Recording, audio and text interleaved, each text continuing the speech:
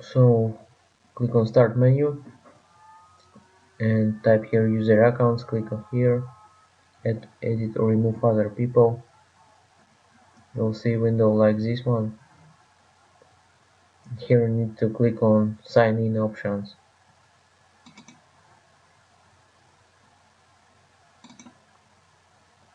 So click on it.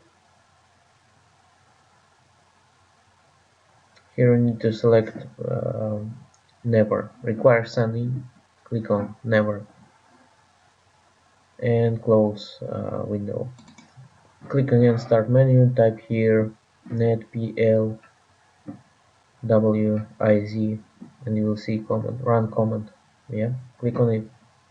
And here you need to untick user must enter a username and password to use this computer. So click on it, click on apply, type your password to confirm the changes, click on OK, OK, and that's it guys.